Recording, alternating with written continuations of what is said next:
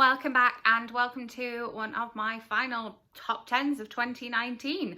I have talked about some of my favourite things of the year as well as my favourite movies of the year, so now I'm here to talk about my least favourite movies of the year. As always, this is just my opinion. I do not believe that these movies are inherently bad, and there are some films on here that people absolutely loved and some big movies on here, but they just weren't my cup of tea. A lot of these films are films I walked out of, and I just thought that since I was sharing some of my favourite movies, most of which I watched again, I would also share some of my least favourite movies, and I've seen a lot of movies this year, so neither list was very hard to put together. I don't like a lot of negativity. However, I think when I'm talking about films that I obviously made the choice to buy a ticket to, so I thought I was going to like it, and then my opinion changed and I decided I didn't like it for various reasons, so that's why I'm sharing them with you here. Gosh, that was long and rambling. I'm very sorry about this. The first of these I wish I had walked out of, but I didn't, and it's definitely my least favourite film of the year. The only reason I didn't walk out of it was because I thought it was going to turn into something which it really didn't. It turned into this whole thing that I really didn't see coming, and I'm still really quite cross that I sat there and watched the whole thing and that I gave my money to get a ticket to this film, and that is unplanned. I went into it thinking that it was very, very pro-choice, and it went way off the other end, and I'm still very cross that I went to see it, and I still have very bad feelings about it. And if I was ranking these, this would be my very, very least favourite film of the year. The second of these is a big one, and I thought it was going to be good, and I walked into it and people were loving it, and then it just wasn't my cup of tea. I didn't like the CGI, I didn't think there was a storyline, and so I did leave after a substantial amount of time. I gave it a good chance, and this was Aquaman, and I know loads of people loved this, and I know it was a big money maker in the year. However, it just was not for me, and I couldn't put up with it. And I have superhero movies on my top 10 list, and I have enjoyed other DC movies this year as well. However, Aquaman just wasn't for me. Then we have Serenity, which is on quite a few kind of like flops lists this year, so don't feel so bad about putting it on my list. It was one that I did watch the whole of, but I didn't really understand what was going on. It took turns in all sorts of weird directions. I struggled to talk about it in my review because I just didn't quite know what was going on, and so it was always kind of going to be on this list, let's face it.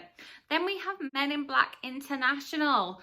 We have big stars in this film and part of the Men in Black franchise, and it was just really disappointing.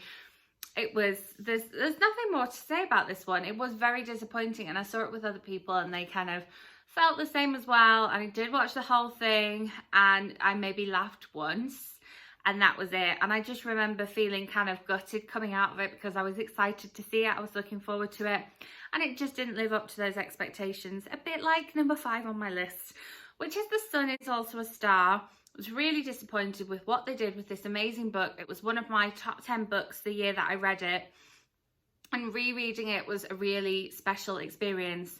And then I went to see the movie, and I have a whole book versus movie video talking about it, so I will leave it linked up here, and I will go into the key differences between the book and the film, and just to say that I was really disappointed in what they did with the adaptation. Then we have Stan and Ollie, which is another one that I was really excited to see, and I had to wait ages for it to come to my movie theatre, and then it was only running for I think a week or maybe 2 maximum. It was running in one of the very small theatres, and I just again felt like they could have done so much more with it.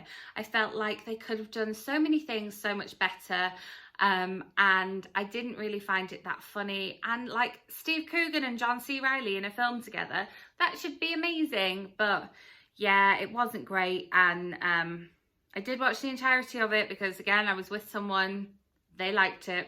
I did not. It is not one of my favourite films of the year. And then we have Poms, which is one that I walked out of. Again, I thought going into it, it might be some kind of like light relief, something funny. I might have a few laughs. It might be some fun choreography in there. But it was just really disappointing and felt so stiff and wooden. It was almost painful to watch at times. And that is why I walked out of it. So I did not see the end of that one. And then another one that I walked out of is The Dead Don't Die.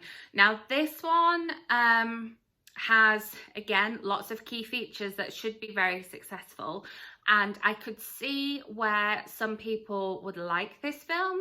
I mean, it's got Bill Murray and Adam Driver in, like, you know, and it was very slow and very quiet, and I could see some people really enjoying it and really taking to it and finding humour in it.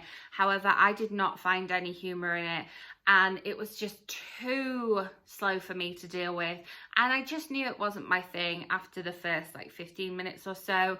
I gave it the 45 minutes that I give, and then I left and went and sat in a coffee shop and did some reading instead, because that's what I would have rather done at that point.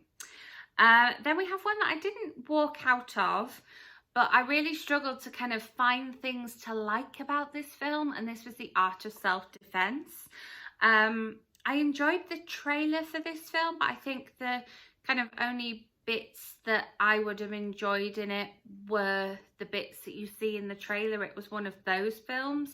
It seemed really violent, and again, quite sort of quiet and slow in parts, and then you would have some super violent parts that you kind of didn't see coming, and then it would go back to being quite like sedate and almost sullen in mood.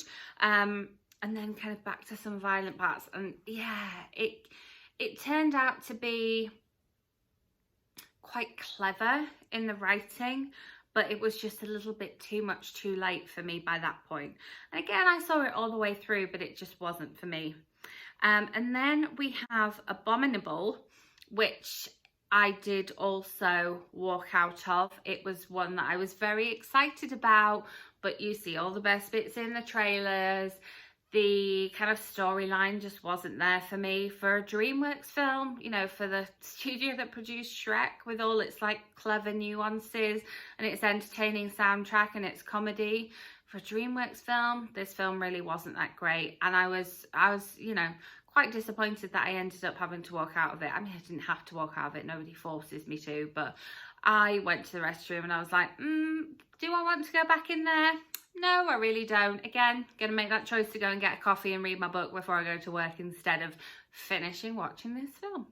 And then I kind of, again, I wanted to stick to 10, but then one that was a definite disappointment to me, again, probably the one that I was most excited about that really didn't meet my expectations, and that I might have walked out of if I wasn't with other people, and that is Dumbo.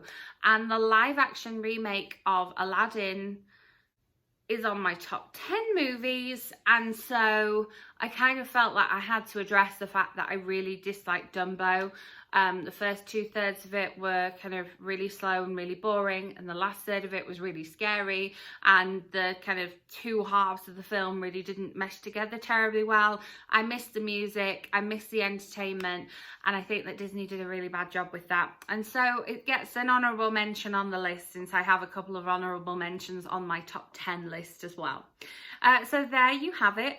Do let me know in the comments if you also disliked any of these films, or if you disagree with my choice to put any of these films on the list. If you've seen any of the ones that I disliked and you also dislike them, please also let me know, because I feel like I'm the only one with some of these. Excuse me. Oh my goodness. Clearly need to go and get a drink now. I will be back with another video very soon, so make sure you are subscribed so that lands in your subscription feed. If you enjoyed this video, please do give it a thumbs up, and I will see you with my next video. Thanks for watching.